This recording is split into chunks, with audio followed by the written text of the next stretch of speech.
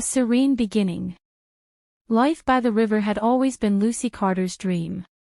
Nestled in a quiet, picturesque neighborhood where nature met suburban charm, her home stood proudly on the edge of a gently sloping riverbank.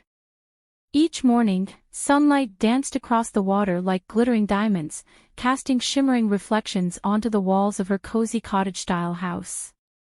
Birds chirped melodiously, and the soft rustle of leaves provided a soothing soundtrack to her days. For years, Lucy had cherished this place, not just as a residence but as a sanctuary from the chaos of the outside world. Her mornings were ritualistic yet serene. She would wake up early, brew herself a steaming cup of coffee, and step out onto her porch to watch the sunrise. There was something magical about the way the horizon transformed, first a pale pink, then fiery orange, before settling into a calm golden hue that seemed to promise endless possibilities. On particularly tranquil mornings, she'd sit there for hours, sketching the landscape or jotting down thoughts in her journal. It wasn't just a home, it was her haven, her retreat, her piece of paradise. But little did Lucy know, her idyllic existence was about to be shattered. What began as a peaceful routine soon turned into a nightmare when an unexpected knock at her door disrupted everything she held dear. Standing on her porch were three stern-looking individuals clad in business attire, armed with clipboards and expressions that suggested they meant business. They introduced themselves as members of the Homeowners Association, HOA, and their presence signaled the beginning of what would become a harrowing ordeal. The leader of the group, Greg, wasted no time getting to the point. "Good morning, Miss Carter," he said curtly, his tone devoid of warmth. "We're here regarding your property. Recent inspections have revealed some concerns." His voice trailed off deliberately, leaving Lucy puzzled and slightly uneasy. "What kind of concerns?" Lucy asked, furrowing her brow. Her mind raced through potential issues. Had she accidentally violated some obscure rule? Was there a problem with her landscaping? Surely nothing serious enough to warrant such a formal visit. Karen, another member of the HOA delegation, stepped forward, clutching a folder filled with papers. "It seems your home violates several HOA regulations," she explained, her tone clipped and matter-of-fact. "Specifically, its proximity to the riverbank poses a significant safety hazard." Lucy blinked, momentarily stunned. "Safety hazard? What are you talking about?" "My house has been here for over a decade without any problems." Tom, the third member of the trio, chimed in, his lips curling into a smug smile. "Times change, Miss Carter. Regulations evolve. Your foundation is too close to the riverbank, which increases the risk of erosion and structural instability. In short, your home isn't compliant." Lucy felt her stomach drop. She glanced past them toward her beloved home, searching for signs of the alleged danger. To her eyes, everything looked perfectly fine. The foundation appeared sturdy, the walls showed no cracks, and the ground around her property was stable. Yet these strangers were telling her otherwise, their words laced with authority and finality. "And if I don't comply?" Lucy asked cautiously, already dreading the answer. Greg crossed his arms, his demeanor unyielding. "If you fail to address the issue within 30 days, we'll have no choice but to pursue legal action. Demolition may be necessary to ensure compliance with HOA standards." Demolition. The word hit Lucy like a punch to the gut. How could they possibly expect her to tear down the very home she'd poured her heart and soul into? Panic bubbled beneath the surface, but she forced herself to remain composed. "I need proof," she said firmly. "Show me evidence that my house is unsafe." Karen handed her a thick packet of documents, labeled with official-looking seals and technical jargon. "This report outlines the findings of our inspection team," she explained. "You'll see that the data supports our conclusions." Lucy accepted the papers reluctantly, her hands trembling slightly as she flipped through the pages. While the language was dense and difficult to decipher, one thing became clear: the HOA was determined to make her life miserable unless she complied with their demands. As the trio departed, leaving behind a cloud of tension, Lucy sank onto her porch steps, feeling utterly defeated.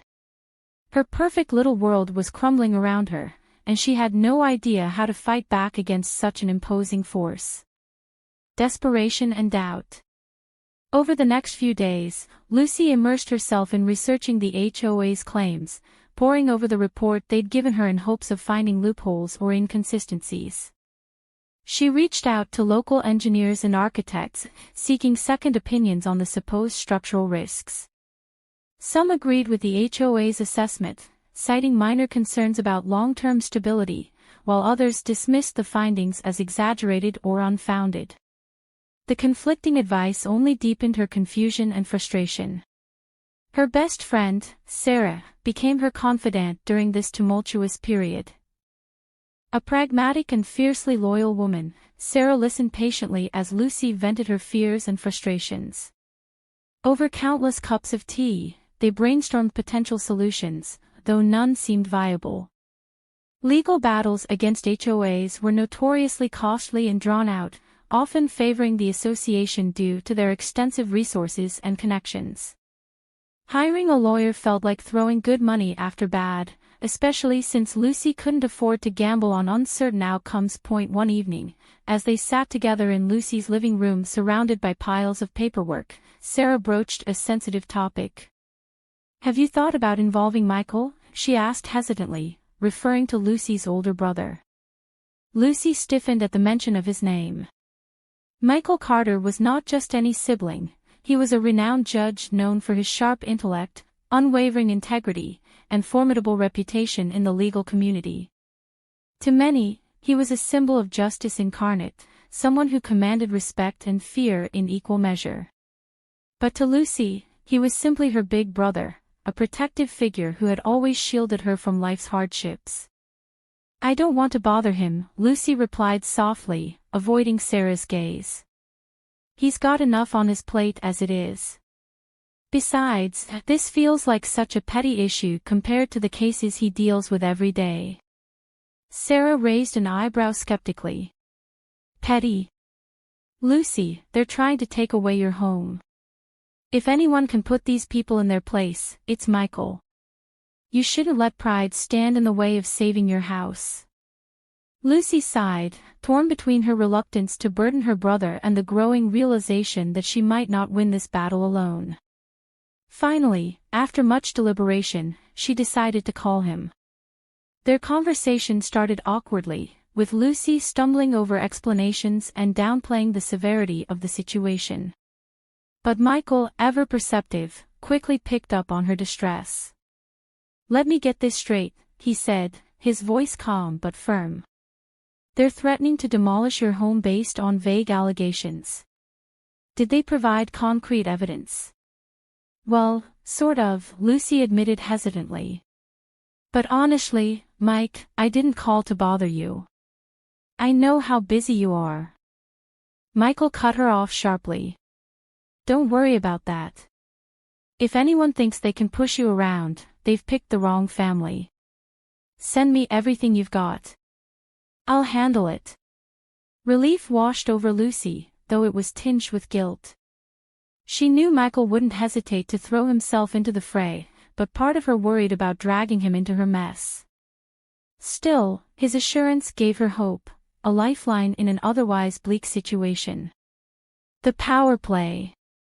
Unbeknownst to Lucy, news of Michael Carter's involvement spread quickly through the HOA ranks.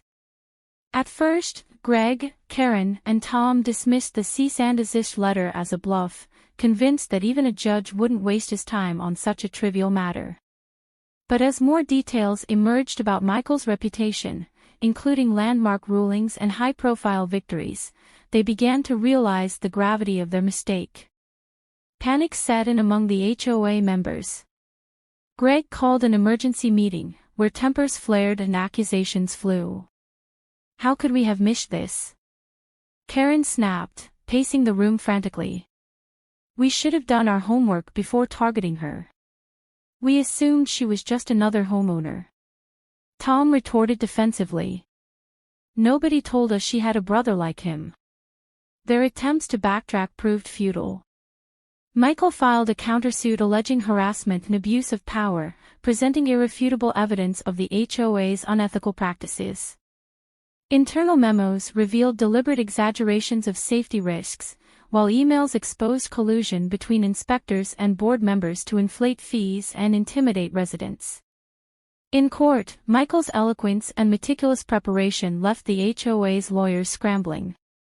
Witnesses testified about similar incidents involving other homeowners, painting a damning picture of systemic corruption. By the time the verdict was delivered, the HOA's credibility lay in ruins. For Lucy, justice came not only in the form of vindication but also in the restoration of her peace of mind. With the HOA stripped of its authority, she returned to her riverside home, stronger and wiser than before. And though she remained grateful for Michael's intervention, she vowed never again to underestimate her own strength, or the power of standing up for what's right.